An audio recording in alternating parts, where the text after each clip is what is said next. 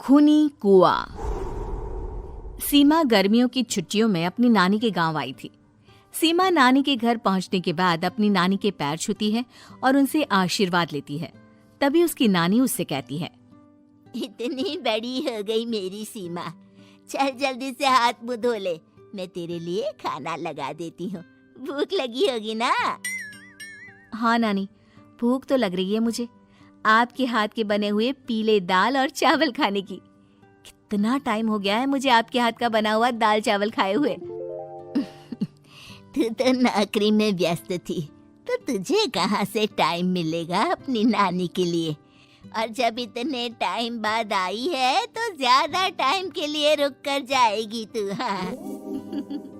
हाँ नानी, इस बार पूरे 2 महीने के लिए आई हूँ।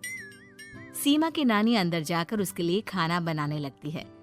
सीमा कमरे में अकेली होती है, तभी उसे किसी औरत के रोने की आवाज सुनाई देती है।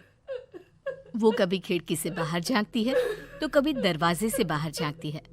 उसे समझ में नहीं आ रहा होता है कि आखिर रो कौन रहा है।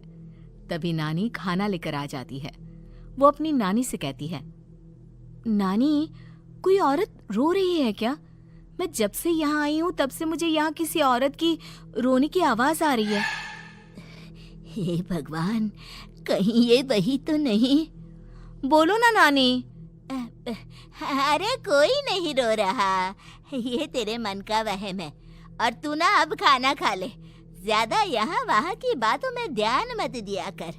जल्दी से खाना खा और फिर मेरे साथ आ जा मेरे कमरे में, दोनों बैठकर खूब सारी बातें करेंगे।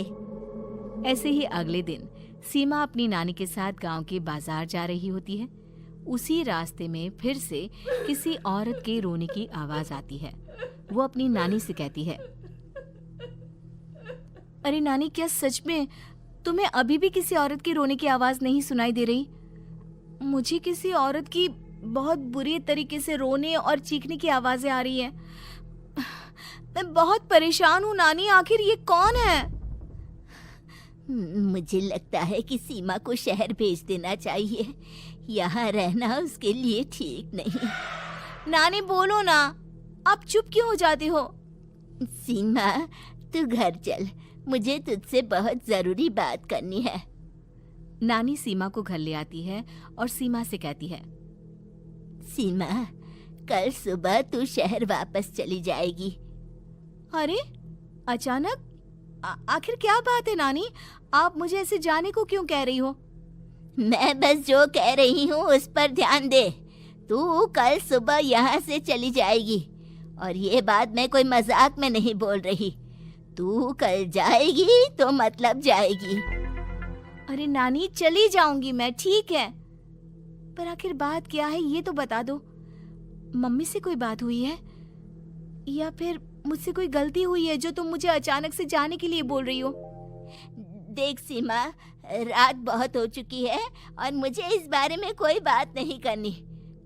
चल, अब चल के मेरे साथ सो जा। सुबह की बस पकड़कर तुझे शहर भी तो जाना है।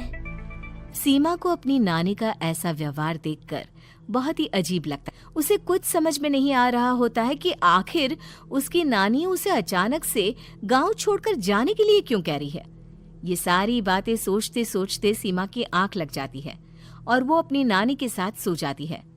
ऐसे ही आधी रात को सीमा को फिर से किसी औरत की रोने की आवाज सुनाई देती है। वो उस औरत की आवाज सुनकर बार बार करवटें बदल रही होती है और तभी उसे सपने में भी एक अजीब सी औरत की परछाई दिखाई देती है, जो इतना चीख चीख कर रो रही होती है कि सीमा डरकर उठ जाती है। वो पूरे पसीने पसीने हो रही होती है। वो अपने आसपास देखती है तो घर में बिल्कुल शांति का माहौल होता है। सीमा घबरा जाती है। वो अपनी नानी को जगाने की कोशिश करती है, मगर उसकी नानी नहीं जगती। सीमा को फिर से उस औरत की रोने की आवाज सुनाई देती है।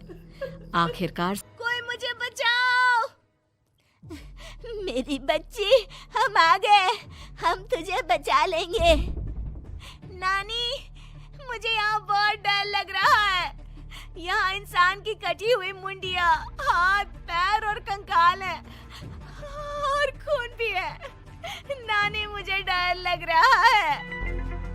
आप सब मेरी मदद कीजिए, नहीं तो ये खूनी कुआं मेरी बच्ची को भी खा जाएगा। अरे मुझे तो ये समझ में नहीं आ रहा कि आखिर इस खूनी कुएं को खोला किसने। सालों पहले इसको इतनी मुश्किलों के बाद तांत्रिक बाबा ने बंद किया था।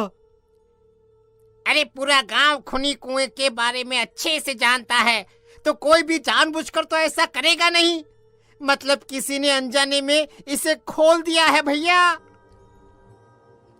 सीमा को इस बारे में मालूम नहीं था, और जब से वो यहाँ आई थी तभी से उसे किसी औरत के रोने की आवाजें भी सुनाई दे रही थी। कहीं सीमा ने ही तो उसे नहीं खोला। अगर ऐसा है तो फिर सीमा का बचना बहुत मुश्किल है। वहीं कुएं के अंदर सीमा रोते हुए बैठी होती है कि उसे आवाज सुनाई देती है जो कुएं के बाहर खड़े गांव वालों में से किसी को सुनाई नहीं देता। आज सालों के बाद मुझे ताजा खून मिलेगा। तेरा खून पीकर आज मैं अपनी प्यास बुझाऊंगा।